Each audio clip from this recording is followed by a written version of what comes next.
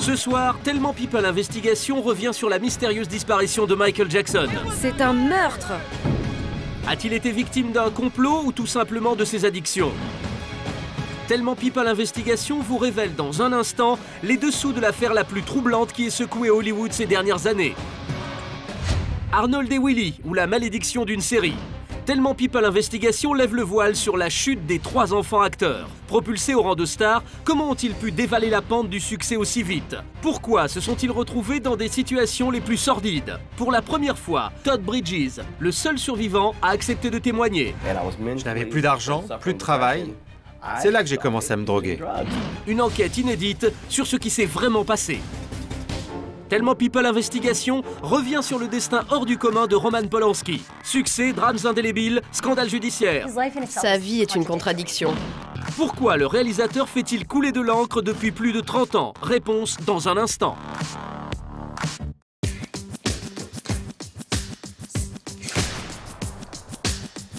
My brother, the legendary king of pop, Michael Jackson, passed away on Thursday, June 25th.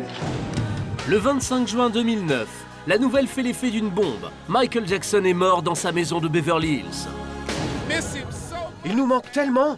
Mais vous savez quoi, il est ici, avec nous. Toute génération confondue, des millions de fans à travers le monde sont sous le choc et les premières questions surgissent sur toutes les lèvres. De quoi est mort le roi de la pop? Comment la star d'à peine 50 ans a-t-elle pu disparaître aussi prématurément, alors qu'elle préparait son grand retour à travers une tournée mondiale? Si le rapport d'autopsie conclut bien à une surdose de propofol, pourquoi son médecin traitant, le Dr Murray, lui a-t-il injecté ce produit anesthésiant hyper puissant? Il lui a administré le mauvais médicament au mauvais moment et il est parti. Michael Jackson a-t-il été victime d'un complot? C'est un meurtre! Je pense qu'il y a une conspiration de meurtre depuis longtemps. La star était-elle tout simplement droguée aux médicaments? Tellement People Investigation revient sur cette disparition mystérieuse. Comment la plus grande star de la pop musique a-t-elle pu en arriver là? Qui sont les responsables de sa chute? Enquête et révélation au cœur de l'affaire la plus troublante qui ait secoué Hollywood ces dernières années.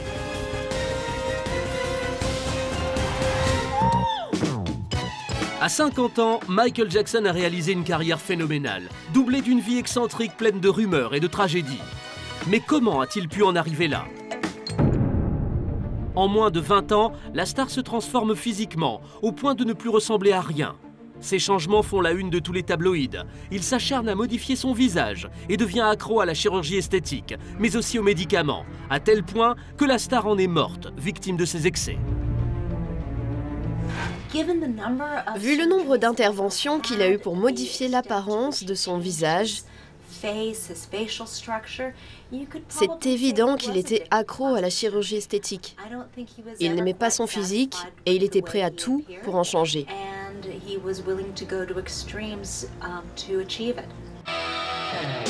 Depuis son enfance, Michael Jackson est complexé par son physique. Au départ, il est le type parfait de l'afro-américain. Puis, au fil du temps, son visage change radicalement jusqu'à devenir ça.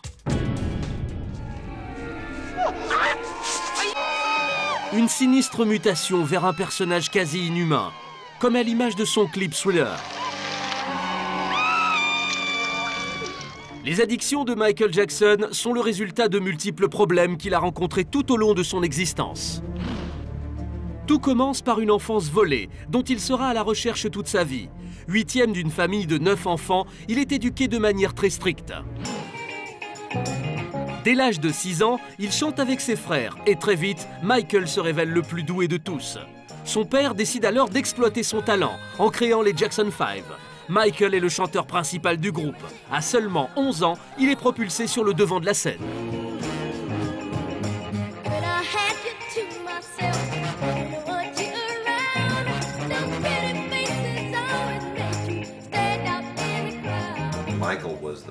Michael était l'enfant prodige, celui qui avait des capacités naturelles d'interprétation, de chant et de danse à un très jeune âge. Et tout d'un coup, il devient le souffre-douleur de son père. Son père le battait régulièrement, y compris pendant les répétitions. Il voulait qu'il devienne le meilleur, selon ses critères.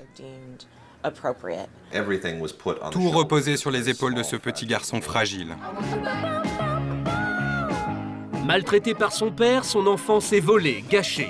Michael Jackson la passe à chanter sur scène ou sur les plateaux de télévision avec les Jackson 5 avant de devenir une star adulée à travers le monde.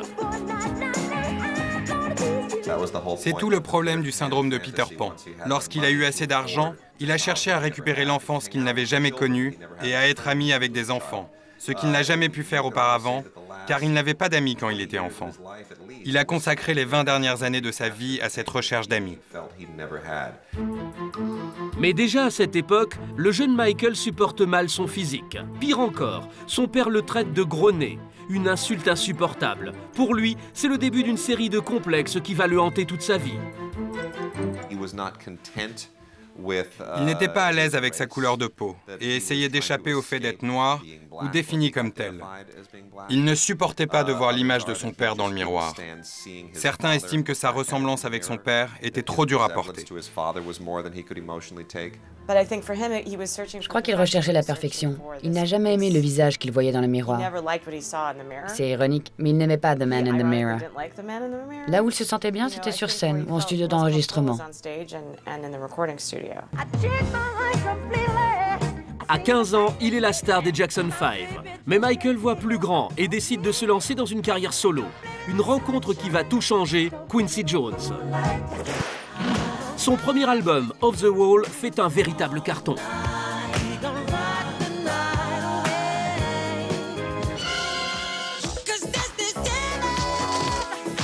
Mais c'est avec son album Thriller que Michael Jackson va battre tous les records. Plus de 10 millions d'exemplaires sont vendus en seulement un mois. Cet album sera numéro 1 pendant 2 ans. Avec 100 millions de disques écoulés au total, Thriller reste aujourd'hui l'album le plus vendu de toute l'histoire de la musique. Thriller n'est pas simplement un excellent album.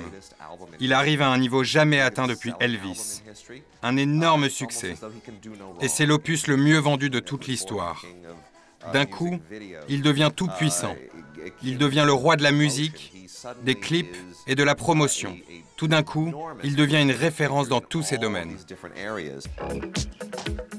Thriller le propulse au rang de mythe vivant. Jackson fait désormais la une de tous les tabloïds. Ses moindres faits et gestes sont épiés, analysés en permanence. La star s'isole, fuit la foule et surtout les journalistes.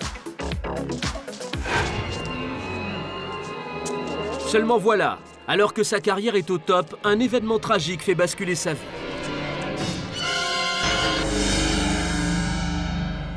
Le 27 janvier 1984, Michael Jackson tourne une publicité et ce jour-là, l'impensable se produit. Un fumigène explose trop tôt, les cheveux de la star prennent feu, il est brûlé au 3e degré. Ce drame traumatisera à tout jamais Michael Jackson. À partir de ce moment-là, le roi de la pop développe une dépendance à la chirurgie et aux médicaments. Immédiatement hospitalisée, la star subit des greffes de cuir chevelu et plusieurs interventions chirurgicales. Pour soulager sa douleur insupportable, la star est obligée de prendre de nombreux analgésiques, des anxiolytiques et des somnifères. Ça a vraiment eu un impact sur la perception qu'il avait de lui-même. Il avait atteint le point culminant de sa carrière. Avec un tel succès, il se pensait invincible et cet événement lui a rappelé sa condition de mortel. Ça a eu des incidents sur sa santé mentale. Ça a déclenché son addiction aux médicaments, à la chirurgie plastique et sa peur maladive d'être blessé.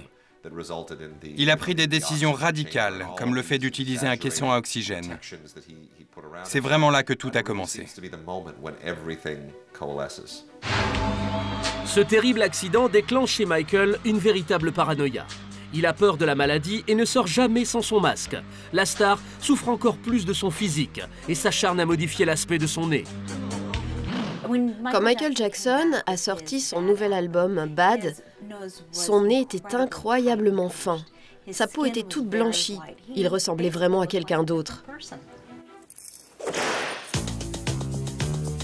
Les changements d'apparence de Michael déclenchent des polémiques. Les rumeurs fusent, le chanteur se ferait blanchir la peau pour changer de couleur. Mais la star dément en bloc et prétexte qu'il est atteint d'un vitiligo, une dépigmentation de la peau. À sa mort, le rapport d'autopsie confirmera que Michael Jackson souffrait bien de cette maladie depuis plus de 20 ans.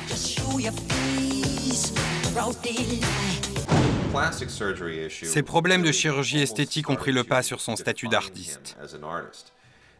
Tout le monde blaguait à propos de Michael Jackson.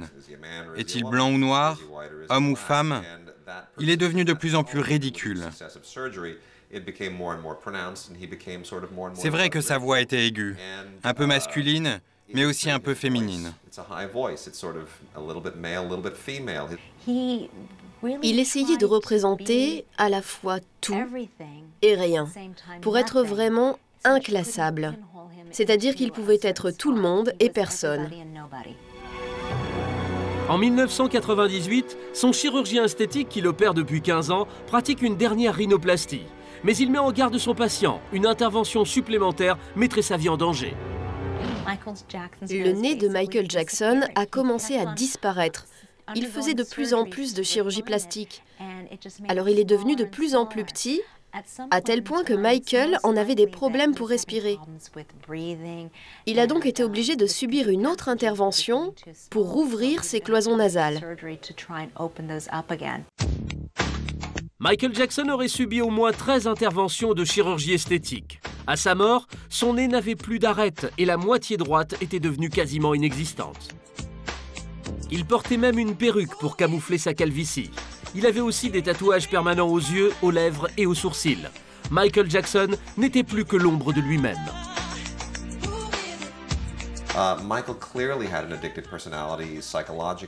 Michael a clairement un comportement de drogué, psychologiquement, physiquement.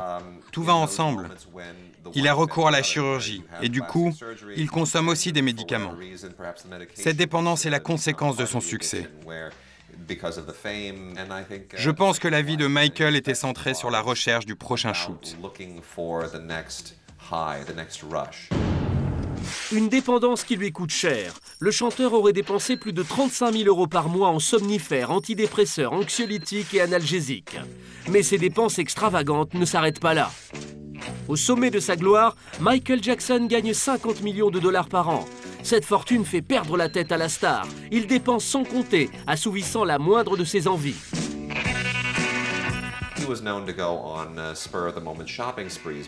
Il était connu pour dépenser des sommes faramineuses, jusqu'à plusieurs millions de dollars en un seul jour. Et cela sans réfléchir au fait que ses revenus chutaient.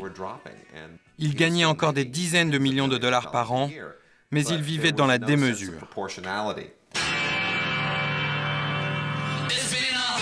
En 1985, il achète même le catalogue contenant les chansons des Beatles, d'Elvis Presley, ainsi que ses propres chansons. Tout ça pour la modique somme de 48 millions de dollars.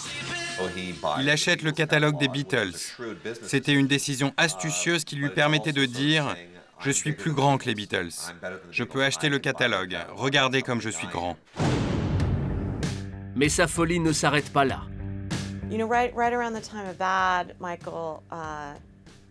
À cette époque, Michael a décidé qu'il était temps de construire son propre terrain de jeu imaginaire. Il l'a appelé Neverland. C'est à ce moment qu'il a acheté son ranch de Neverland pour 100 millions de dollars, il me semble. Il a vraiment créé une cage dorée. Ça ressemblait à un zoo, avec des manèges, tout ce dont un enfant pouvait rêver. Michael Jackson peut enfin vivre une enfance qu'il n'a jamais connue en recréant un univers onirique à Neverland. Un paradis qui lui coûte 17 millions de dollars. Il invite des enfants pour venir jouer dans cet immense parc d'attractions. Son rêve va tourner au cauchemar.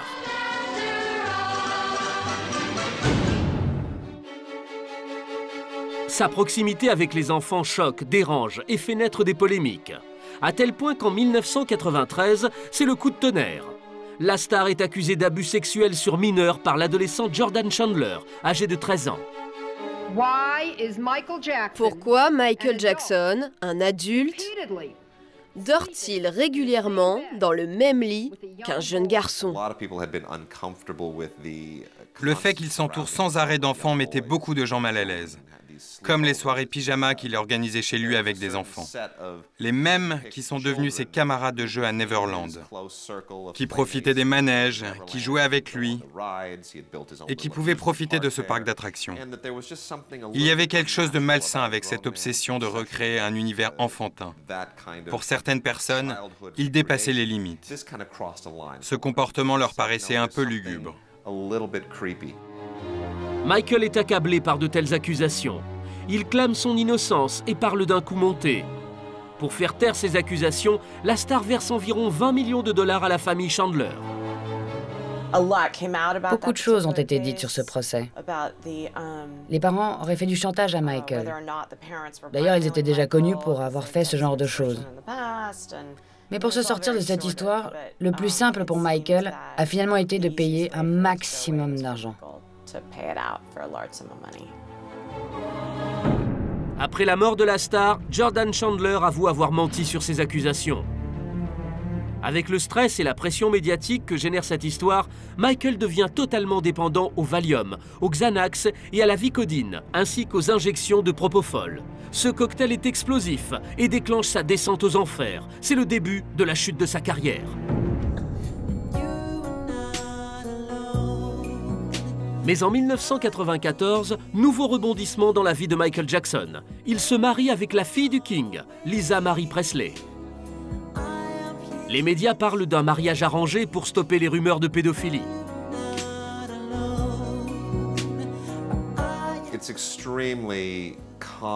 Les mariages arrangés sont très communs à Hollywood, surtout quand il y a des doutes concernant les tendances sexuelles. Le faux mariage de Rock Hudson pour balayer les rumeurs sur son homosexualité en est le parfait exemple. Comment puis-je être gay? Je viens de me marier. C'était la réponse parfaite pour répondre aux accusations portées contre lui. Une manière de dire « Regardez, je suis normal ». Alors que ce que ce mariage disait réellement était « Je suis aussi étrange que vous le pensez ». Ce mariage est de courte durée. Le couple se sépare au bout de 2 ans. Dans la tête de Michael, une seule idée, avoir des enfants à tout prix. Chose surprenante, à peine le divorce prononcé alors que Michael entame une tournée mondiale pour son double album History, il épouse son infirmière, Debbie Rowe.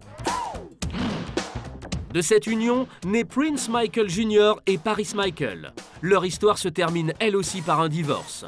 En échange de quelques millions de dollars, Debbie Rowe laisse la garde de ses enfants à Michael. Le chanteur veut prouver qu'il est un chanteur attentionné, mais une fois encore, sa maladresse va déclencher la foudre médiatique.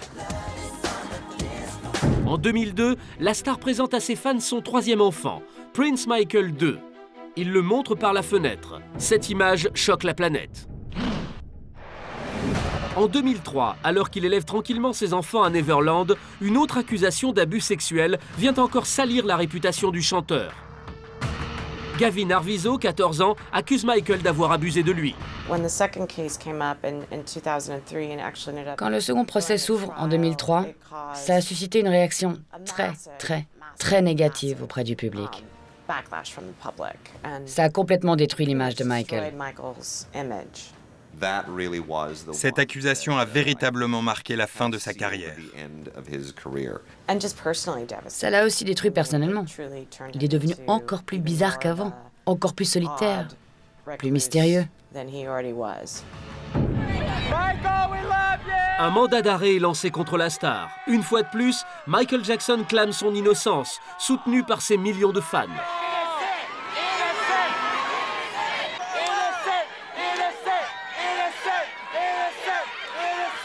Je suis sûr qu'il est innocent à 100%. Je pense qu'il est une cible facile.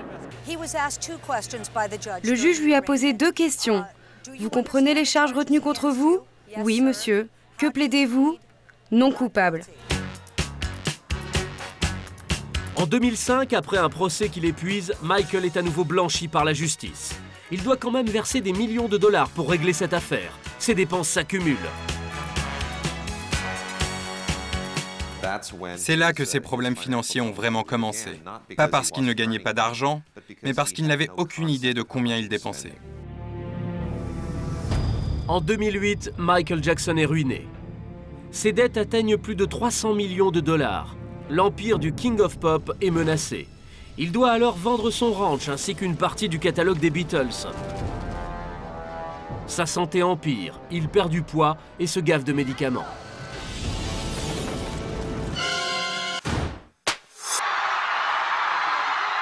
Mais en 2009, après une traversée du désert, l'impensable se produit. Alors que plus personne ne l'attendait, le roi de la pop annonce son grand retour sur scène. C'est l'événement musical de l'année. Ce sera mon dernier spectacle à Londres. J'interpréterai les chansons que mes fans veulent. Je vous aime tant. Du fond de mon cœur. Et rendez-vous en juillet. 10 concerts sont prévus. Les billets s'arrachent. En quelques heures, ils sont tous vendus. 40 dates sont ajoutées à la tournée. Pourtant, l'état de santé du chanteur ne lui permet pas d'en assurer autant. C'était le moment parfait pour sortir de l'ombre et se débarrasser de ses problèmes. Il pouvait enfin se remettre à faire ce qu'il faisait si bien auparavant. Danser, interpréter, comme une icône de la pop. Il voulait redevenir le roi de la pop. Quand on lance une tournée aussi énorme, il faut vraiment être bien assuré. Et pour être sûr que Michael soit bien, en état de le faire, il était stipulé dans le contrat qui devait être placé sous surveillance médicale en permanence. Pour s'occuper de sa santé, Michael Jackson engage le Dr Murray. Stressé par ce retour qui doit être exceptionnel, il augmente les doses de médicaments pour l'aider à surmonter ses angoisses. Quand les premiers concerts sont repoussés, les fans commencent à s'inquiéter. Samantha Gosson, l'une de ses fans et amie intime, est convaincue que Michael ne doit pas remonter sur scène. Il n'était pas dans un état physique de pouvoir faire ces 50 concerts. Il était stressé, il était malheureux, il ne voulait pas les faire. Et il était tellement squelettique à la fin qu'à 50 ans, dans cet état-là, ce serait absolument impossible qu'il puisse y arriver. Le roi de la pop est épuisé avant même de commencer les répétitions de la tournée. L'enjeu est tel que ses producteurs lui mettent une pression permanente. Endetté, Michael Jackson n'a pas le choix. 6 semaines que le docteur Conrad Murray traite les problèmes d'insomnie du chanteur. Chaque nuit, il lui administre anxiolytiques et somnifères. À ce cocktail détonnant, il ajoute des injections de propofol, un puissant anesthésien. Le docteur Murray donnait du propofol à Michael Jackson alors qu'il n'avait pas l'équipement adapté. Cela signifie qu'il ne pouvait pas prendre sa tension ni vérifier sa respiration, son pouls ou s'il recevait assez d'oxygène. C'est extrêmement dangereux. Malgré les fortes doses administrées, Michael n'arrive toujours pas à s'endormir. Le docteur Murray va encore plus loin. Il lui injecte une dose supplémentaire de propofol. Nous sommes le 25 juin 2009. Cette injection va lui être fatale.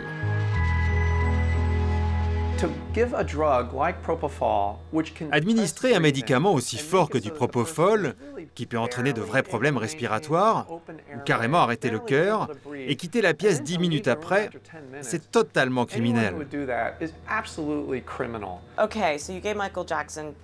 Ok, donc tu donnes à Michael Jackson trop de médicaments et il réagit mal, il ne respire plus. Tu appelles le 911, tu vas chercher les secours, ou tu l'emmènes à l'hôpital. Au lieu de ça, le docteur appelle les gardes du corps et d'autres personnes qui étaient là et commence à tout nettoyer comme pour effacer les preuves. Et ce n'est qu'au bout de 45 minutes qu'il appelle enfin les secours. Je suis désolée, mais c'est vraiment du n'importe quoi. À midi, Michael Jackson perd connaissance. Le docteur Murray attend 40 minutes avant d'appeler les secours. Lorsqu'ils arrivent sur place, ils essayent tant bien que mal de le réanimer, mais il est déjà trop tard. My brother, the legendary king of pop, Michael Jackson, passed away on Thursday, June 25th, 2009 at 2:26 p.m. Michael Jackson est mort. Cette phrase résonne un peu partout dans le monde. Le 26 juin 2009 est un jour de deuil planétaire. Du Vietnam au Danemark, en passant par la France, le Japon ou comme ici aux Philippines, ses fans lui rendent hommage. Considéré comme un dieu, prières, recueillements et chorégraphies du roi de la pop se multiplient. Il était comme Jésus, un dieu envoyé spécialement pour qu'on soit tous ensemble. C'est une grande perte. Je suis très triste. Il nous manque tellement, mais il est là avec nous. Il est là, écoutez. C'est le roi de la pop. Il ne nous quittera jamais. Ce mec est une légende. Il sera toujours là. Après plusieurs autopsies, les funérailles de Michael Jackson ont lieu le 7 juillet 2009 à Los Angeles. Autour de ses proches, les plus grands artistes se succèdent près de son cercueil pour lui rendre un dernier hommage.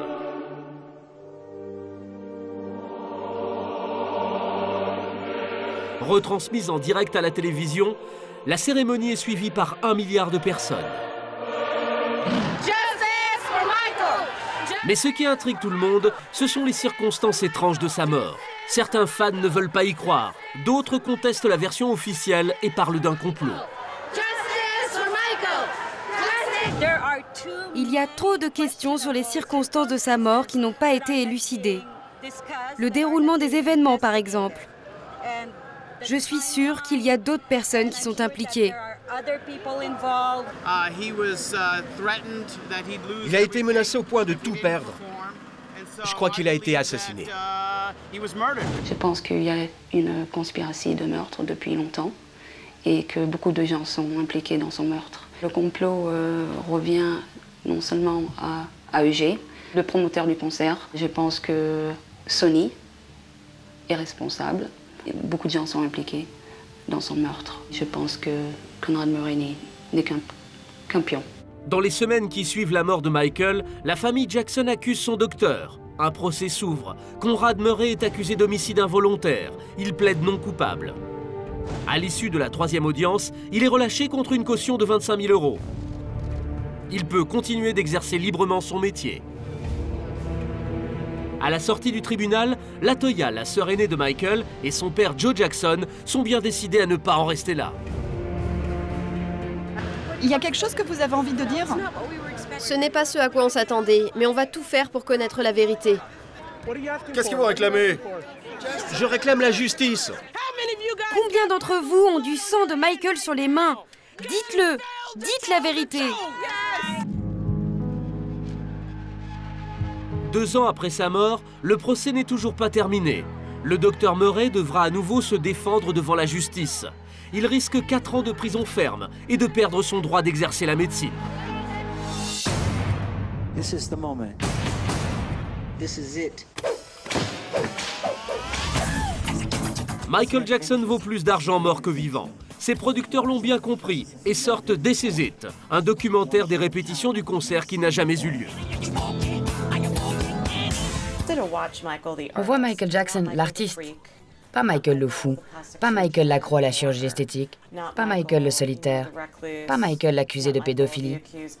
On voit simplement Michael Jackson l'artiste. En plus du film This Is It, les producteurs exploitent l'image du mythe pour engranger le plus d'argent possible. Des albums remixés et toutes sortes de produits dérivés voient le jour. Michael Jackson est le filon qui rapporte.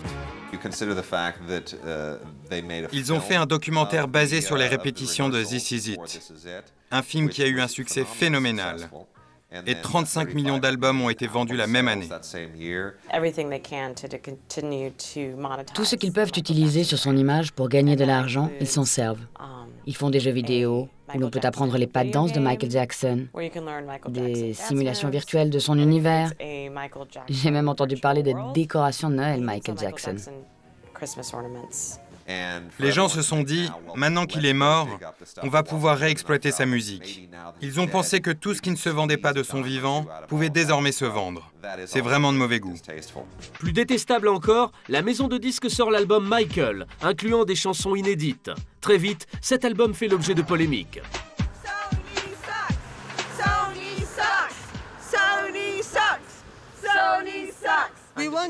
On veut dire au monde entier que sur 3 chansons, ce n'est pas Michael Jackson qui chante, mais un autre homme qui s'appelle Jason Molochi.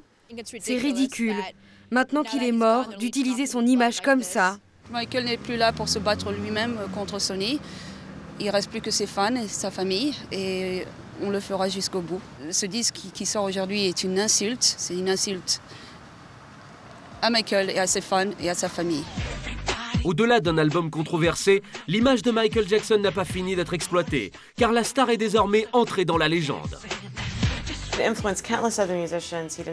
Il a influencé tant de personnes à travers le monde. Il incarnait vraiment le rêve américain. Pour ceux qui ont grandi avec sa musique dans les années 70, 80 et 90, ça a été comme si une page de leur histoire avait été déchirée, comme s'ils perdaient une partie de leur propre vie, et peu importe les scandales du passé. On n'y pense plus. On pense aux chansons qu'on aime, ce qu'on faisait quand on les écoutait, ce qu'on associe à cette musique. Ce sont ces aspects positifs dont on se souviendra toujours. Qu'on l'adule ou qu'on le déteste, qu'il fascine ou qu'il agace, ne change rien à l'histoire. C'est bel et bien le chanteur du siècle qui a disparu. Malgré les doutes sur sa culpabilité, malgré ses incohérences, malgré les délires du personnage, les gens préfèrent retenir le génie d'un musicien hors pair, le roi de la pop.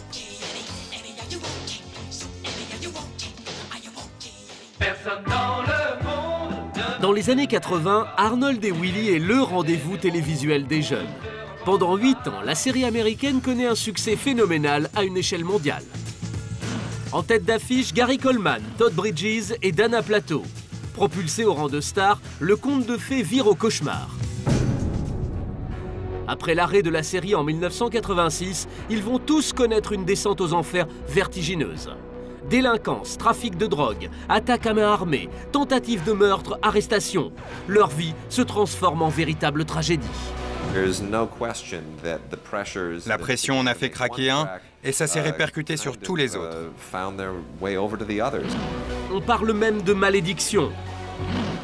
Todd Bridges est le seul à avoir survécu à cette malédiction. Comment ces 3 acteurs ont pu dévaler la pente du succès aussi vite? Pourquoi se sont-ils retrouvés dans des situations les plus sordides? Le témoignage exclusif de Todd Bridges, le seul survivant des 3 enfants acteurs, nous révèle ce qui s'est véritablement passé. Quand la série s'est arrêtée, j'ai été dégagé. Je n'avais plus d'argent, plus de travail. C'est là que j'ai commencé à me droguer.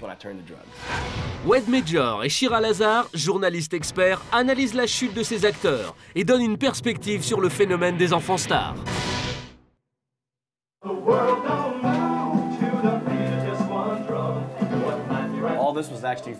C'était filmé à Los Angeles et on faisait croire que ça se passait à New York. Là, c'est le centre de LA. C'est le boulevard où on tournait. Et là, il y a ma mère, vous la voyez? Juste là, c'est ma mère.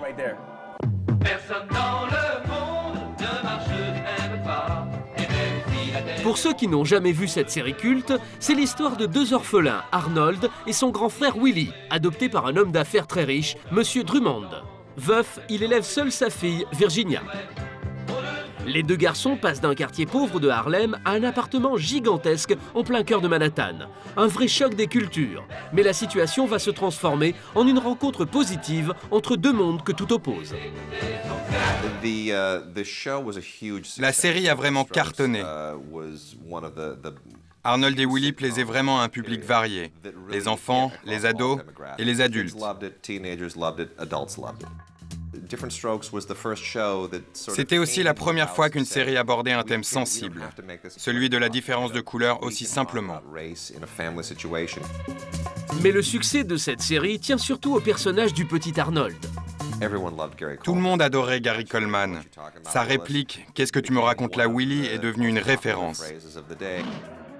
Qu'est-ce que tu me racontes là, Willy? Ça devait être dans tous les épisodes. Dès qu'ils le voyaient faire sa petite moue, tous les spectateurs assis dans leur canapé attendaient cette phrase. « Qu'est-ce que tu me racontes là, Willy ?» On n'imaginait pas le succès que ça allait connaître, on n'en avait aucune idée. Et puis ça a dépassé toutes nos espérances, ça allait au-delà des barrières raciales. C'est devenu la série numéro 1 et ça a duré des années. Mais au fil des années, la série accumule les clichés moralistes. Tout s'arrête au bout de 8 saisons en 1986, date qui signe la fin de la carrière de nos 3 enfants acteurs. Tout le monde a parlé de malédiction, car les trois stars ont eu de gros problèmes personnels après l'arrêt de la série. C'est sûrement lié au fait que leur succès a été trop rapide. Il n'y a plus rien de charmant là-dedans, parce que quand on regarde ces visages, on réalise que 2 d'entre eux sont morts et que les 3 ont été détruits par cette série.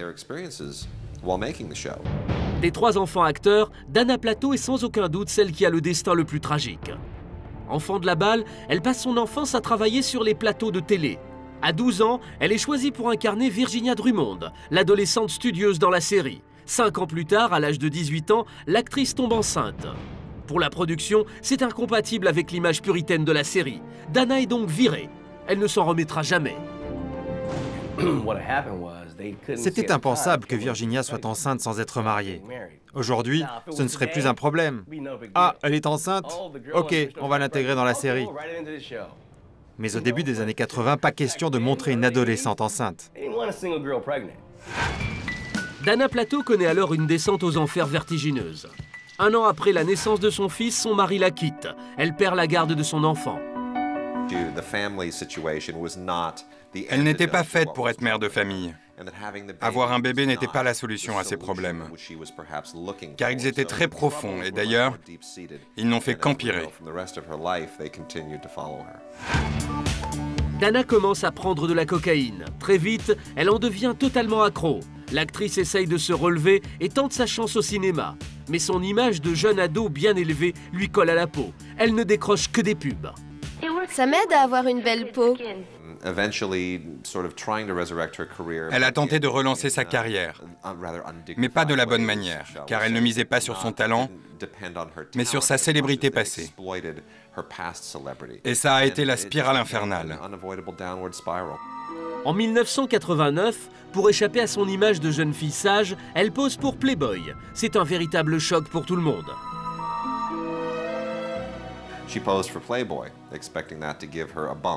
Elle pose pour Playboy, comme pour envoyer un message. Regardez, je suis adulte maintenant. Mais ça ne lui a apporté aucune proposition de travail. Tu ne passes pas d'une série familiale à Playboy. Après, ça sera quoi? Dès lors, la vie de Dana Plato prend une tournure cauchemardesque. Ne trouvant pas de travail, elle dilapide son argent dans la drogue jusqu'à se ruiner. Pour survivre, elle se retrouve même à travailler dans un pressing. Les gens la reconnaissaient. Eh, c'est la fille d'Arnold et Willy. Occupe-toi de mon linge. En fait, c'était vraiment sa seule gloire. Dana est au plus bas et commet l'impensable. Elle dévalise un vidéoclub et repart avec un malheureux butin de 164 $. Le propriétaire a tout de suite appelé la police et a dit « J'ai été volé par une fille ». Attitude surprenante, 15 minutes plus tard, Dana retourne dans le vidéoclub. Elle est arrêtée dans la foulée. Apparemment, elle a fait ça plus pour être arrêtée que simplement pour voler de l'argent. Évidemment que c'était un appel à l'aide. Elle voulait être arrêtée. Elle voulait que les gens sachent qu'elle n'était pas bien. Dana est condamnée à 5 ans de prison avec sursis et doit suivre une cure de désintoxication. En définitive, ça l'a fait revenir dans les médias. Elle a fait les gros titres. On reparlait enfin d'elle. Ça n'a fait que la précipiter dans une descente aux enfers jusqu'à sa mort. Ne sachant plus quoi faire pour se faire remarquer, Dana tourne dans un jeu vidéo érotique, Night Trap. Puis elle enchaîne avec un film X lesbien. C'est le seul rôle qu'elle réussit à décrocher au cinéma depuis la fin de la série. You can kiss your ass and everything else you won't goodbye. J'ai su qu'elle était dans ce business, mais je n'ai jamais rien vu de ce qu'elle a fait, j'en ai juste entendu parler. C'est vraiment étrange que de nos jours ces deux mondes se rejoignent. Oh, I'm fucked. I am so fucked. À l'époque, c'était impensable. Si une femme était nue dans un film, sa carrière était foutue. Maintenant, il y en a même qui montrent leurs ébats sexuels et deviennent des stars. Le monde devient vraiment fou. Mais pour elle, à l'époque, ça a vraiment ruiné sa carrière. En 1999, Dana est invitée à la célèbre émission de radio de Howard Stern, réputée pour casser ses invités facilement. C'est un plaisir de vous rencontrer. Pour moi également. Vous êtes nerveuse, non? Mais bien sûr. L'animateur l'attaque dès son arrivée sur le plateau. Vous avez pris de la drogue? Non, non, non, j'étais juste perdue. Vous avez déjà pensé à faire du porno avant? Non. C'était pas votre truc? Non, je ne suis pas prête à franchir ce pas. Vous avez déjà pris du crack? Non, non, non. Non? Dana subit alors un interrogatoire. Elle craque en plein direct. Non, merci, merci. C'est très émouvant, vous pleurez vraiment.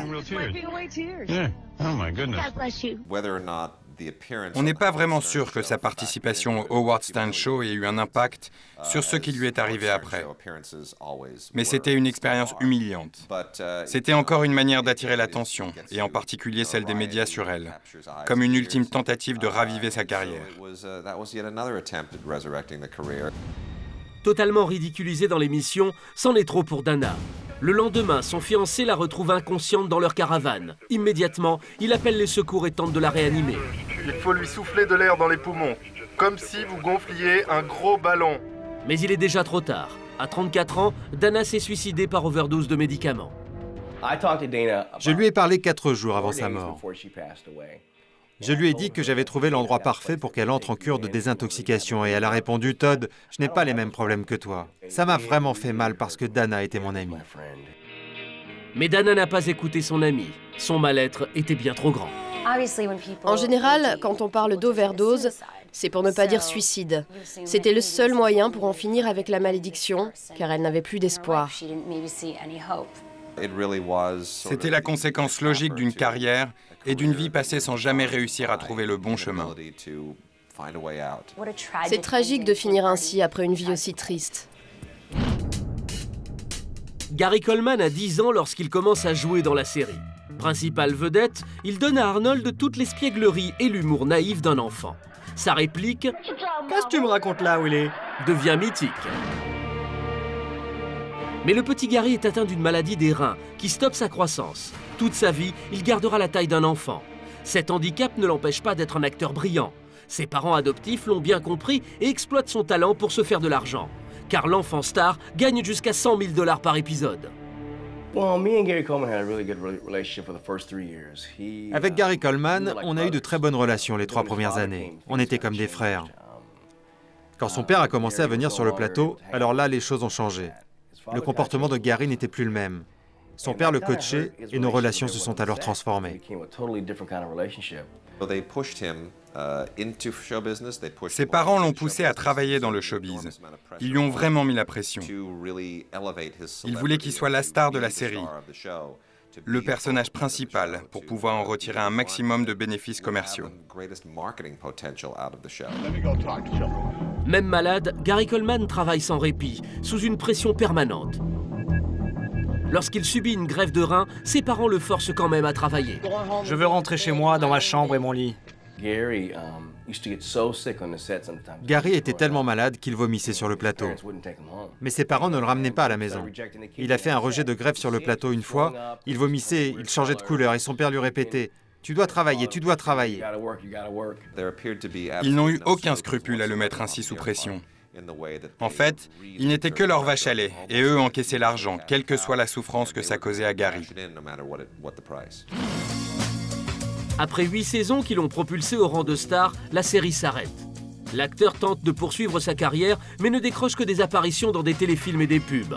Il va même jusqu'à jouer sa propre caricature. Comme pour la plupart des acteurs de séries télé, Gary est devenu prisonnier de son rôle. Pour des millions de gens, il était Arnold de Arnold et Willy, et cela pour toujours. Impossible d'y échapper. Plus que Dana Plato encore, il est tombé dans le piège et a commencé à devenir une parodie de lui-même et à exploiter sa célébrité passée. Je suis Gary Coleman et je mange du beurre. Gary Coleman ne retrouvera plus jamais un rôle aussi important que celui d'Arnold. Gary ne voulait plus entendre parler du monde de la télévision. Et puis il s'est aperçu que la seule façon de refaire de l'argent, c'était de revenir à la télévision. Et c'est pour ça qu'il passait son temps à dire sur les plateaux qu'il n'était pas heureux. Pourriez-vous tout laisser tomber? Vous passez les caméras? Si quelqu'un m'avait donné le choix et dit « Signe ce papier et retourne chez toi, retourne à l'école, fais ce que tu veux, pour le restant de tes jours, je le ferai dès demain. » Oui, j'aimais bien vivre dans l'Est et j'ai toujours aimé avoir une vie normale. J'ai 17 ans, j'ai du succès, j'ai de l'argent à la banque. Je peux vivre confortablement pour le reste de ma vie. Qu'est-ce qu'il me reste? Qu'est-ce que je vais faire maintenant? Être un enfant star à Hollywood, ça signifie qu'on ne peut pas avoir une vie normale. Tu ne vas pas à l'école avec tes amis, tu as un chaperon sur le tournage, tu ne vas pas jouer quand tu veux. Tu as un emploi du temps d'adulte, tu dois faire des interviews, on voit ta tête sur les magazines et tout d'un coup, tu ne peux plus sortir et simplement être un enfant. Cette pression est très lourde à porter pour un enfant. Tu es un professionnel, tu gagnes ta vie, tu es soudainement un investissement pour de grandes compagnies et plus simplement l'enfant de quelqu'un. 8 ans après l'arrêt de la série, il est toujours prisonnier de son personnage. On est en 1993 et j'ai 25 ans. Je suis connu partout dans le monde et il n'y a aucun endroit où je peux aller où on ne me connaît pas. J'arrive à le gérer parce que je suis une personnalité publique et je m'amuse à faire ce que je fais. J'aime ce travail. J'adore faire rire les gens. Même si la série lui a rapporté 18 millions de dollars, Gary ne supporte plus qu'on l'assimile à Arnold. Tout cet argent gagné, il ne le touchera jamais. Ses parents adoptifs lui ont tout volé. Lorsqu'il s'en rend compte, Gary s'engage dans une bataille judiciaire. 4 ans plus tard, en 1993, il réussit à récupérer 1 million de dollars. 1 million qui lui permettent de soigner ses reins. Mais après plusieurs opérations, l'acteur est ruiné. Il devient alors gardien de parking. Son destin virant au cauchemar, le jeune homme est à bout et commence à devenir violent.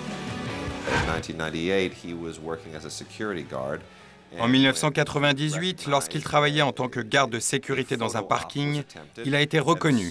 On l'a pris en photo, alors il a agressé la personne. Du coup, il a refait la une des journaux. Gary Coleman revient sur le devant de la scène en 2003. Il tente une percée en politique et se lance dans la course au poste de gouverneur de Californie. Il perd face à Arnold Schwarzenegger. Mais sur 135 candidats, il arrive en 8e place. Perdant en politique mais heureux en amour, en 2007, Gary se marie avec Shannon Price. L'homme retrouve un semblant d'équilibre pendant quelques temps. Mais leur relation devient très vite chaotique. Le couple est arrêté plusieurs fois pour violence conjugale. Que s'est-il passé au cours de cette dispute, comme vous en avez tous les mois? Elles sont toutes différentes, mais c'est toujours de ma faute. Le mec, c'est toujours le méchant. Madame Price, parlons un peu de Monsieur Coleman. Vous dites qu'il a des problèmes de colère. Oui, s'il n'a pas ce qu'il veut, il a un accès de colère comme un enfant de 5 ans. Il piétine le sol et crie. Il lance des choses et il se tape la tête contre les murs. 2 ans après, leur mariage se solde par un divorce. Mais totalement dépendants l'un de l'autre, ils continuent à vivre ensemble et se battent en permanence. Ils se battaient beaucoup et souvent en public. Ils habitaient la ville de Provo en Utah, qui est une ville très calme et sans trouble ou bagarre. Il l'attaquait et elle l'attaquait. On ne sait pas lequel des deux commençait, mais ils se battaient beaucoup et souvent. Gary Coleman fait désormais les gros titres pour ses nombreux dérapages. En 2009, dans un bowling, il fait encore l'objet de moqueries. C'est le coup de trop pour lui. Il ne se contrôle plus.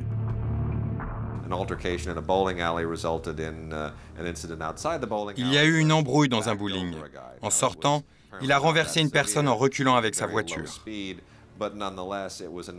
Les blessures n'étaient pas graves, mais c'était encore un nouveau problème avec la justice. Une nouvelle preuve du tempérament instable de Gary et de sa frustration de ne pas être pris au sérieux en tant qu'adulte.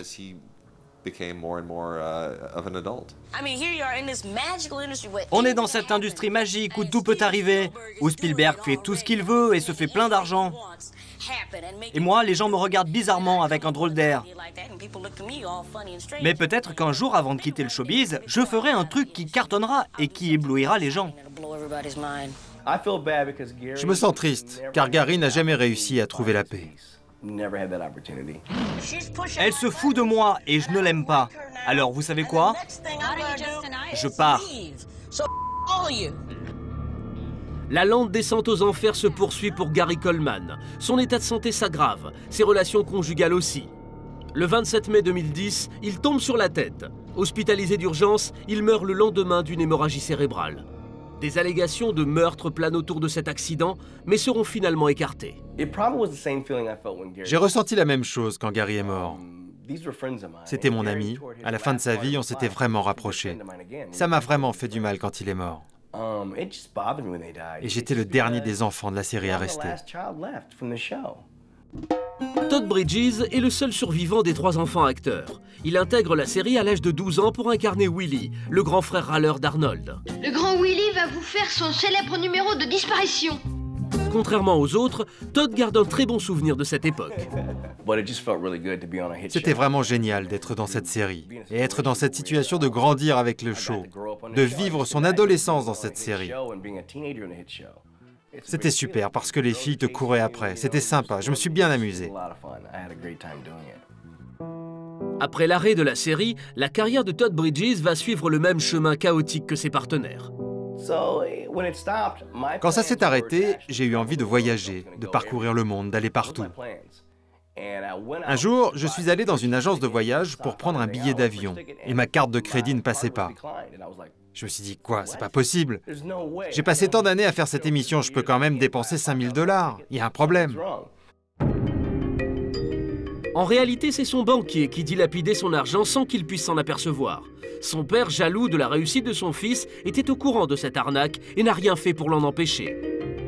À la tête d'une fortune de 4 millions de $, Todd Bridges était censé être à l'abri pour le restant de ses jours. Vous savez, ça m'a totalement brisé. À partir de ce moment, ma vie a commencé à basculer. J'étais si bouleversé. Todd continue sa descente aux enfers. Il sombre dans la déprime et dans la drogue. Je n'avais plus d'argent. J'étais dépressif et j'ai commencé à me droguer pour essayer de combler mes manques. Et je suis devenu accro. Et alors je me suis mis dans des situations tordues dont je ne pouvais pas sortir. Je ne souhaite ça à personne, même pas mon pire ennemi. C'est un engrenage infernal.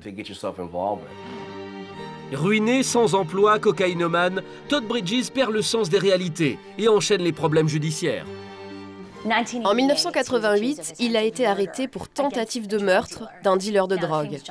Pour se défendre, il a choisi un avocat célèbre, Johnny Cochran. Il a plaidé légitime défense et s'en est sorti, mais à ce moment-là, il aurait pu passer sa vie derrière les barreaux. Mais Todd Bridges va encore plus loin. Le 7 mars 1993, il poignarde son propriétaire. Il échappe à la prison. Les jurés concluent à la légitime défense. La même année, il est encore inculpé pour possession d'armes et de stupéfiants. On le condamne alors à 90 jours dans un centre de désintoxication. Il en ressort guéri. Sorti de la drogue, Todd Bridges décide de reprendre sa vie en main. Il enchaîne des petits rôles au cinéma et à la télévision. Et c'est sur un tournage qu'il rencontre Dory. Il l'épouse en 1998. Ensemble, ils auront 2 enfants. Le côté positif de cette histoire, c'est que ça fait 18 ans que je suis sevré. J'ai une femme et 2 enfants. Ma vie a pris une direction totalement différente. J'ai eu pas mal de problèmes avec la justice. Depuis quelques années, l'acteur a décidé d'agir pour aider les jeunes à ne pas prendre le même chemin que lui. Il anime régulièrement des rencontres dans les écoles, comme ici, à l'ICDC College.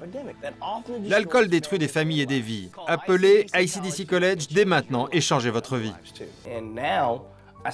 Désormais, j'aide les gens à sortir de l'alcool et de la drogue.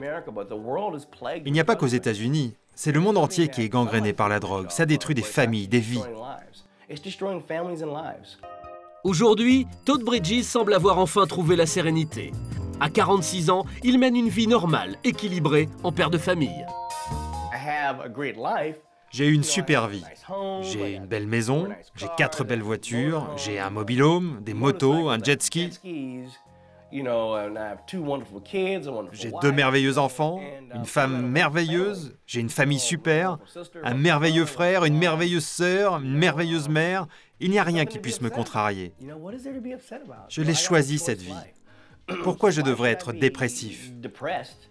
Je refuse que quelqu'un se permette de dire que je dois être dépressif à cause de mes antécédents. Même si Todd Bridges a échappé à la malédiction de la série, il restera à jamais l'acteur d'un seul rôle, comme Gary Coleman et Dana Plato. Ces 3 enfants, à qui tout souriait au départ, ont été détruits par un succès trop rapide et un arrêt tout aussi brutal.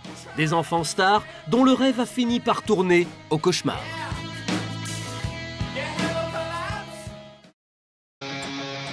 Sa vie pourrait être un roman, marqué du sceau de l'horreur et de l'absurdité. La vie de Roman Polanski est aussi fascinante que ses films. Enfance dans le ghetto de Cracovie, parents déportés à Auschwitz, épouse enceinte assassinée par des disciples de Satan. Le réalisateur franco-polonais a vécu des drames horribles et indélébiles. Ajoutez à cela un scandale judiciaire qui le poursuit encore aujourd'hui. Depuis 1977, il est accusé de viol sur une mineure de 13 ans. C'est vraiment un crime terrible. C'était terrible dans les années 70 et ça l'est encore en 2009. Risquant la peine maximale, la veille de son jugement, le cinéaste décide de fuir les États-Unis. Pendant 30 ans, il vit et exerce librement son métier en Europe. Chaque succès relance l'affaire, car aux yeux de la justice américaine, Roman Polanski est considéré comme fugitif. La vie de Roman Polanski est digne d'un tabloïd. Il n'y a pas simplement une histoire, il y en a des tas. À chaque fois qu'il gagne une récompense ou à chaque fois qu'il est arrêté. Entre drame et succès, le grand réalisateur fait couler de l'encre depuis plus de 30 ans. Sa vie est une contradiction. D'un côté, il a perdu sa femme, il a été accusé de viol, il vit en exil. Mais d'un autre côté, il a aussi gagné plein de prix et c'est un artiste incroyable. Sa vie pourrait vraiment être un film. Retour sur l'incroyable destin d'un homme hors du commun. Toute sa vie aventurier, mais fugitif. Heureux, mais maudit.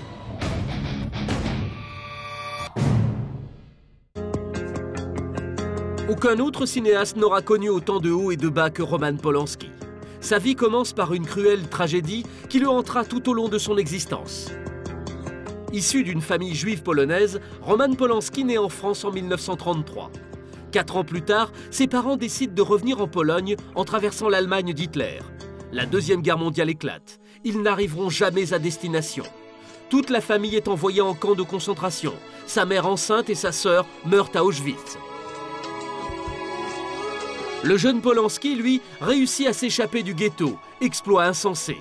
Il traverse le pays en vagabond, détournant la vigilance allemande, et survit grâce à l'entraide des habitants. Polanski n'a que 10 ans. Tout jeune, il est déjà en fuite, un sentiment qui le poursuivra toute sa vie. Les survivants culpabilisent d'être revenus de l'Holocauste. Ce sentiment de culpabilité, cette question, pourquoi est-ce que j'ai survécu? Tout ça hante le réalisateur. Et puis il revit une autre tragédie et s'en sort encore vivant. Il est alors le survivant, celui qui en réchappe toujours. À la fin de la guerre, le jeune Roman sait déjà ce qu'il veut faire, réalisateur. Dans les années 50, il commence sa carrière comme comédien, puis intègre la plus grande école de cinéma de Pologne. C'est là qu'il apprend le métier et réalise des courts-métrages très remarqués dans plein de festivals. Sollicité de toutes parts, Polanski décide de s'installer en France. Il réalise 2 longs-métrages, Répulsion et Cul-de-sac, qui font connaître son talent en Europe.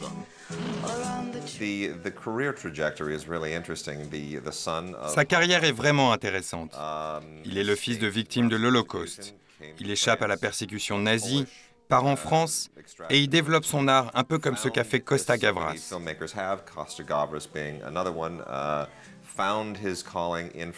La France est vraiment l'endroit où il s'est épanoui artistiquement. Et comme cela arrive la plupart du temps aux réalisateurs européens, tout ça l'a mené à Hollywood.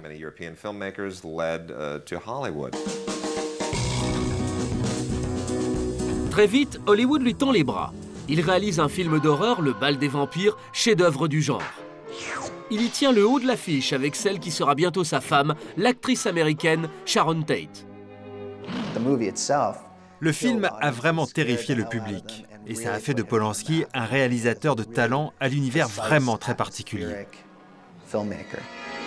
En 1968, le cinéaste s'attaque à Rosemary's Baby, un film d'épouvante où Mia Farrow interprète une femme enceinte du diable. Polanski traite tous ses thèmes de prédilection, la sorcellerie, le mystique, le sang, bref, une plongée dans les enfers. Effroyable, le film cartonne. Rosemary's Baby. Polanski conquiert Hollywood et lance la mode des thrillers sataniques. 2 films, 2 grands succès. Il semble que rien ne puisse arrêter le brillant réalisateur dans sa carrière.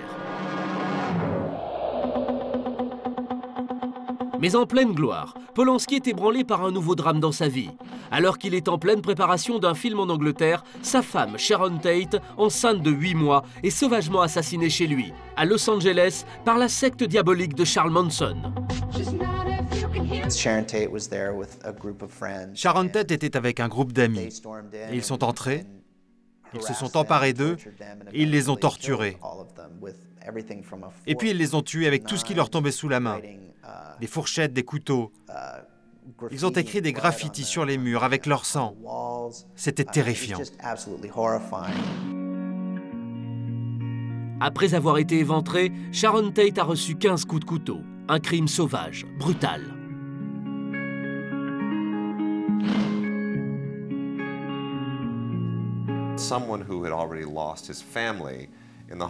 Quelqu'un dont la famille a déjà été assassinée pendant l'Holocauste par le plus grand des meurtriers.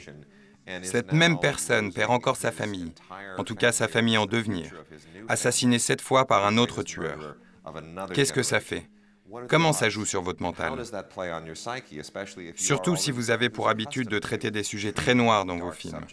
Quel impact ça va avoir sur votre créativité, sur votre expression artistique? C'est le genre de drame dont on ne se remet jamais. Quelques années plus tard, Roman Polanski revient sur cette époque. Il exprime de manière très personnelle sa vision des choses. Vous avez vécu tellement d'événements dramatiques dans votre vie et vous avez toujours survécu. C'est peut-être un accident ou une série d'accidents, je ne sais pas, je ne vois... De mon côté, je ne vois rien de spécial. Vous voyez, je pense souvent j'ai de la chance. Malgré l'horreur qu'il vient de traverser, Polanski se plonge dans le travail et tourne Chinatown avec Jack Nicholson. Véritable thérapie pour le metteur en scène, il y projette ses propres cauchemars et traumatismes. Une fois encore, c'est un véritable triomphe. Le film est encensé par le public. Dans le film Chinatown, on est vraiment dans le nihilisme. Quoi que tu fasses, des choses affreuses t'arriveront.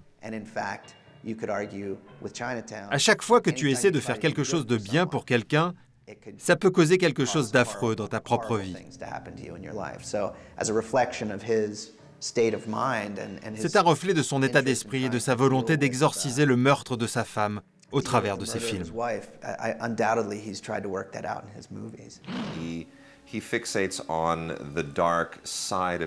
Il était obsédé par le côté obscur de la nature humaine.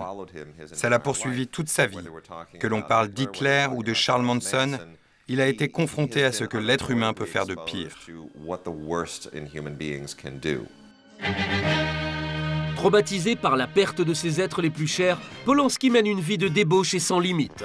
En 1977, le cinéaste va trop loin et commet une erreur fatale. Il force une adolescente de 13 ans à avoir des rapports sexuels avec lui. La victime, c'est Samantha Gailey.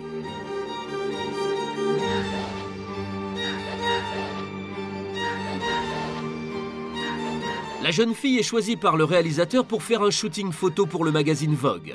Sa mère, actrice ratée, y voit une belle opportunité pour sa fille. La séance a lieu dans la maison de Jack Nicholson, sans la présence de la mère. Dès son arrivée, Polanski ouvre une bouteille de champagne et propose à la jeune fille une pilule hallucinogène. Au fil des prises de vue, il lui demande de se dénuder. La séance dérape. On passe du jacuzzi à la chambre. Elle est contrainte à un rapport anal.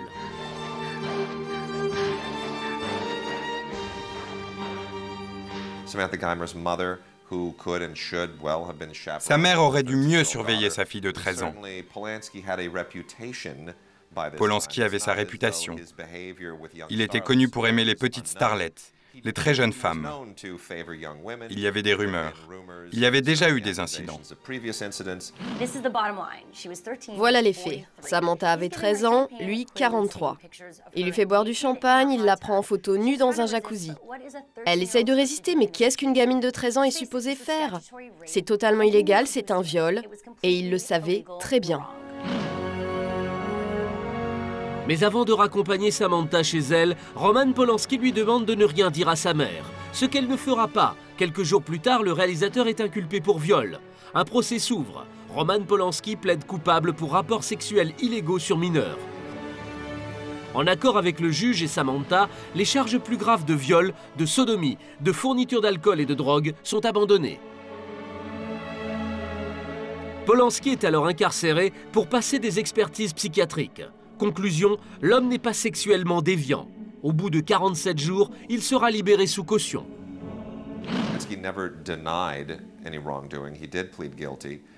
Roman Polanski n'a jamais nié les faits.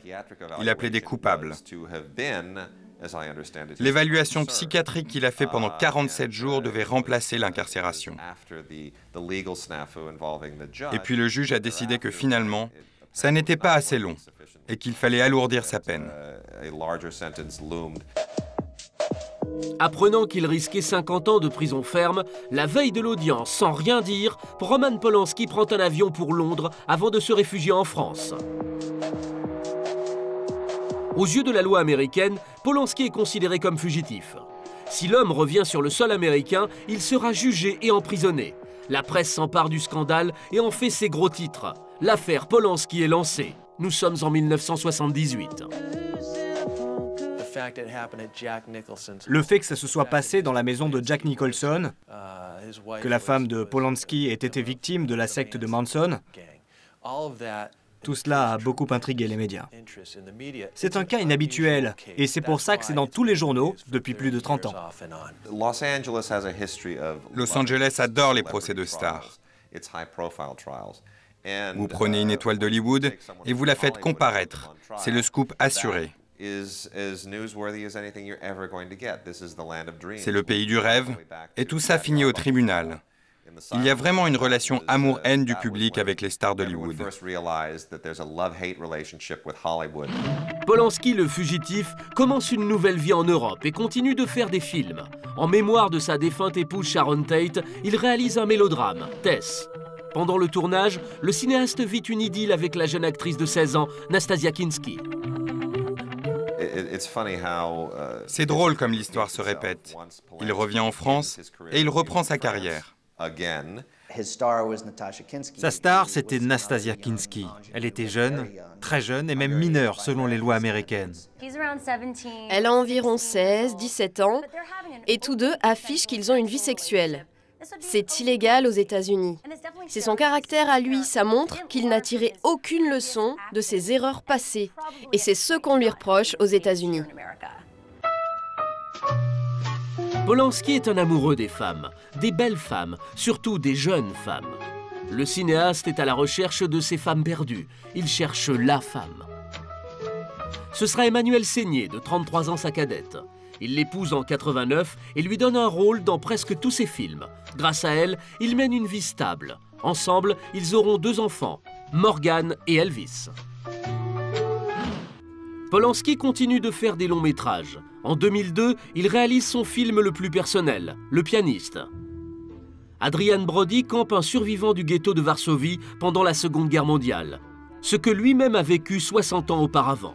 Un moyen pour lui d'effacer l'horreur et d'exorciser ses terreurs. Je l'ai toujours admiré. C'est un génie.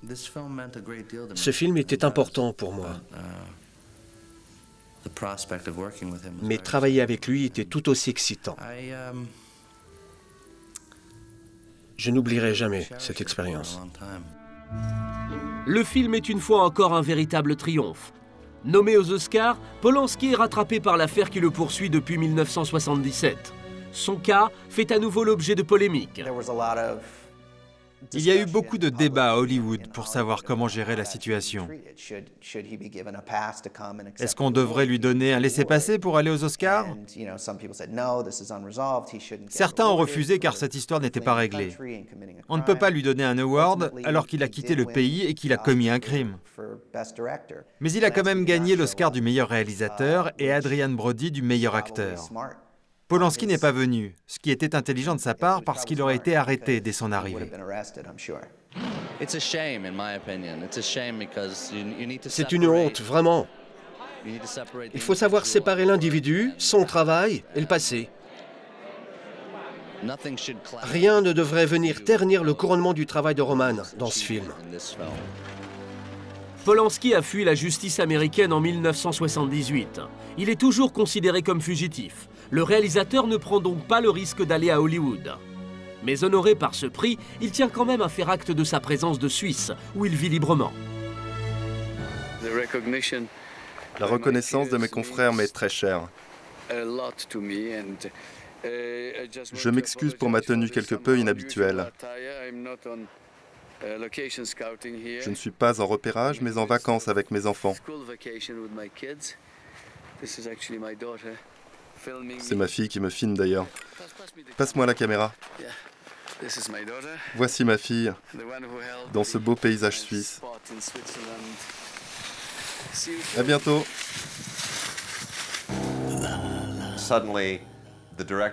Ce réalisateur qui n'est pas là pour recevoir son trophée, ce qui est d'ailleurs une première, a conduit encore une fois tout le monde à se questionner. Où est Roman Polanski? Comment se fait-il que le problème ne soit toujours pas résolu? Du coup, les médias et les journaux ont ressorti toute l'histoire, une fois encore. Et ça marche, parce qu'il y a cette alternance entre succès et tragédie. Rares sont les cinéastes comme Polanski qui peuvent se targuer d'une telle interaction entre vie personnelle et vie artistique. L'affaire du viol de Samantha Gailey est relancée et fait à nouveau la une des journaux. Mais le cas de Polanski divise. Aux États-Unis, les médias rappellent que la pédophilie est un crime grave. D'autres ne jugent pas l'homme mais le cinéaste.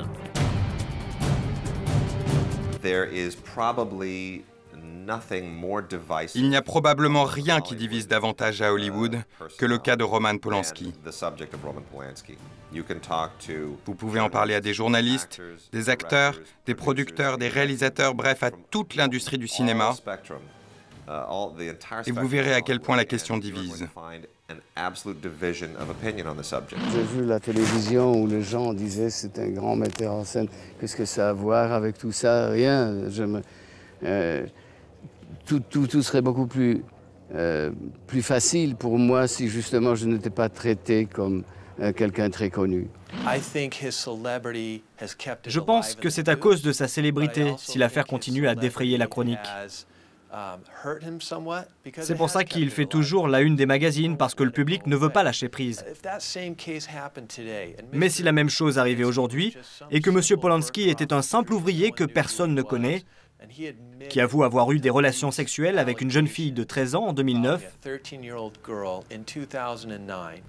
si vraiment il était une personne sans aucune influence, il serait envoyé dans une prison californienne pour plusieurs années.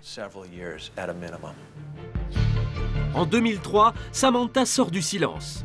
Désormais mère de 3 enfants, elle demande que toute procédure contre M. Polanski cesse, car la victime veut tourner la page une bonne fois pour toutes.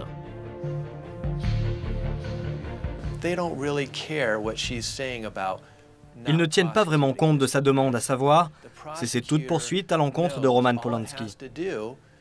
Les procureurs veulent qu'il se présente devant la justice et c'est le juge qui décidera de le condamner ou bien de le relâcher. Ils n'ont plus besoin du témoignage de la victime. Le nouveau juge qui reprend l'affaire rejette le retrait de la plainte de Samantha. Il exige que l'accusé vienne s'expliquer en Californie, ce que Polanski ne fait pas. Le 27 septembre 2009, alors qu'il se rend à un festival de cinéma en Suisse, afin d'y recevoir un prix pour l'ensemble de sa carrière, il est arrêté par la police à Zurich. Nous sommes très choqués, consternés et attristés, car Roman Polanski aurait dû être là avec nous, sur cette scène, ce soir, pour recevoir un prix pour sa carrière. Et il ne pourra pas être présent. Son avocat, Hervé Temim, fait état du sentiment d'injustice qu'a ressenti Roman Polanski lors de son arrestation. Il a été très choqué, et sa famille encore davantage, sa femme, ses enfants. On lui a fait savoir le soutien dont il bénéficiait, qui est un soutien extraordinaire, venant de toutes parts et de tous horizons. Ça l'a beaucoup réconforté, mais évidemment qu'il a été stupéfait, choqué. Il est combatif, c'est un homme qui a connu beaucoup d'épreuves dans son existence, il est combatif. Il espère que ce que je vous ai dit va se produire, à savoir que la raison va revenir et qu'il va pouvoir recouvrer la liberté. Emmanuelle Seigné, sa femme, décide de s'exprimer sur cet incident. Donc c'était un choc total que ça arrive comme ça. Ouais, disons que c'était pas très agréable. L'incident provoque un raz-de-marée international. Acteurs, réalisateurs, écrivains, politiciens du monde entier, de Martin Scorsese à Monica Bellucci, de Bernard Kouchner à Frédéric Mitterrand, tous lui apportent leur soutien et dénoncent la manière dont il a été arrêté. C'est absolument ahurissant qu'on profite de son invitation à une manifestation culturelle où on doit lui rendre hommage pour l'arrêter dans de telles conditions. Le 25 novembre 2009, ses avocats réussissent à négocier une libération conditionnelle contre une caution d'environ 3 millions d'euros, ainsi qu'une assignation à résidence dans sa maison à Gstaad, en Suisse, avec port d'un bracelet électronique. Il a été arrêté, entravé en quelque sorte, mais pas vraiment d'une manière classique. Il continue de tourner. Et les gens espèrent que tout ça va bientôt être réglé, car cette histoire est vraiment allée trop loin. Le 14 mai 2010, une autre accusation vient s'ajouter au dossier Polanski. L'actrice britannique Charlotte Lewis déclare avoir été abusée à l'âge de 16 ans par le réalisateur lors du tournage de Pirates. Je suis aussi une victime de Roman Polanski. Il a abusé de moi sexuellement quand j'avais 16 ans, 4 ans après qu'il ait fui les États-Unis pour éviter de purger sa peine. Monsieur Polanski savait très bien que je n'avais que 16 ans quand il m'a rencontrée et m'a emmenée dans son appartement parisien où il a abusé de moi. Il doit être puni pour ce comportement. Il faut que justice soit faite. Les avocats de Roman Polanski menacent de poursuivre Charlotte Lewis en justice pour ces allégations. L'affaire reste sans suite. Pendant son assignation à domicile, les avocats mettent tout en œuvre pour éviter une extradition de Polanski vers les États-Unis.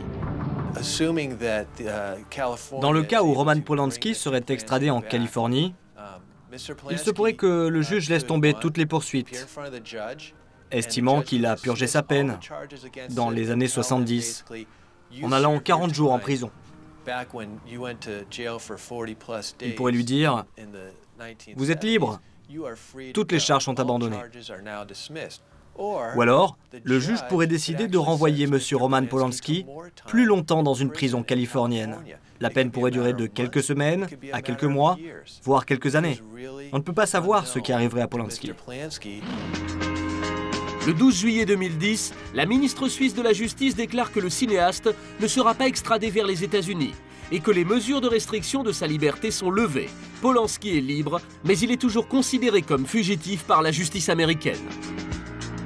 Mes premiers mots, c'est pour remercier ces milliers de gens qui n'ont pas cessé de m'adresser leurs messages de soutien durant ces 9 longs mois. Je voudrais certainement remercier ma femme, Emmanuelle, mes enfants. Sans qui j'aurais jamais réussi à garder ma dignité et ma persévérance. Et puis j'aimerais bien remercier tous ceux qui ont eu le courage de prendre ma défense en dépit des polémiques. La Suisse choisit de ne pas extrader Polanski, car les États-Unis refusent de fournir un document crucial. Il s'agit du procès-verbal de 1977, qui spécifiait que les 42 jours passés en prison à cette époque suffisaient à couvrir la peine de Polanski. En clair, plus question de le remettre en prison. Il ne sera donc pas extradé. Malgré tout, la justice américaine demande toujours une comparution pour relations sexuelles avec mineurs. Une grande partie de votre vie, c'était aussi aux États-Unis. Est-ce que vous espérez retourner un jour aux États-Unis?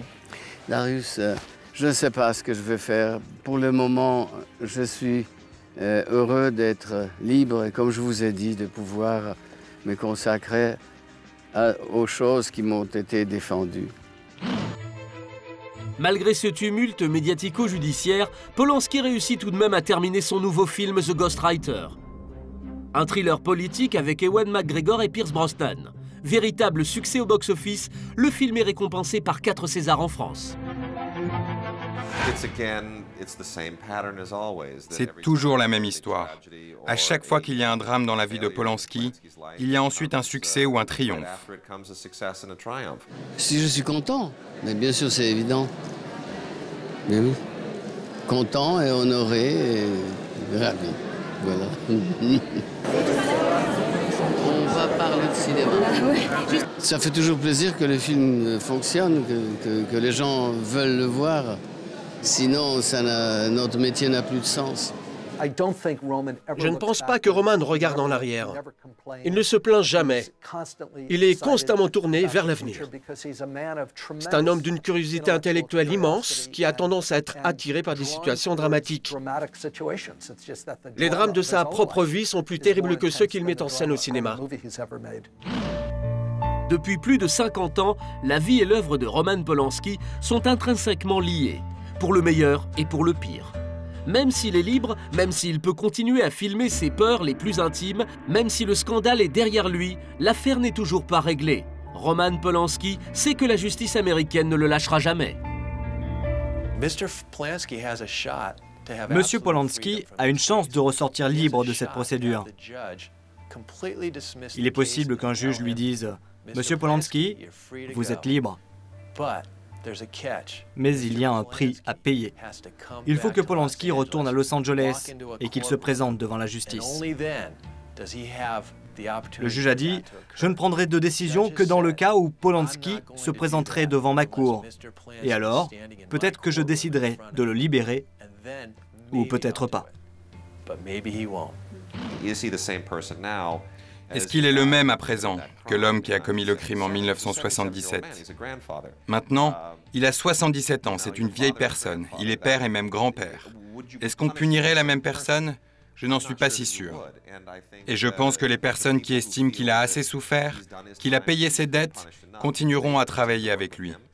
On continuera à distribuer ses films et il continuera à gagner des prix et à attirer du public. Donc il n'y a vraiment aucune raison de croire qu'il ne pourra pas continuer à travailler en France comme il l'a toujours fait. Ce dossier ne sera probablement jamais résolu, sauf si Polanski décide de rentrer aux États-Unis. Mais il ne le fera pas. Il a 77 ans, il a une belle carrière, une super famille, et il ira sûrement en France pour y finir sa vie. Malgré les drames, malgré les scandales judiciaires, Roman Polanski n'est toujours pas brisé. Critiqué par les uns, adoré par les autres, aujourd'hui à 77 ans, l'artiste n'aspire qu'à une seule chose, vivre en paix.